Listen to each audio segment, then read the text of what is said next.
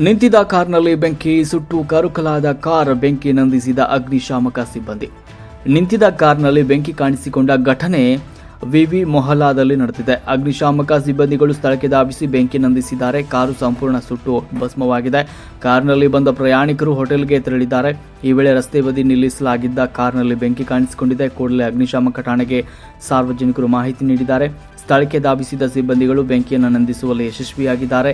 ಬೆಂಕಿಯ ಕೆನ್ನಾಲಿಗೆಗೆ ಸಿಲುಕಿದ ಕಾರು ಸಂಪೂರ್ಣ ಸುಟ್ಟು ಕರಕಲಾಗಿದೆ.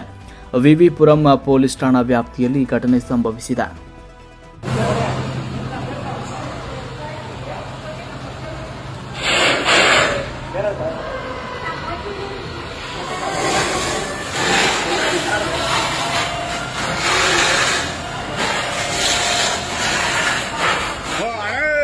Super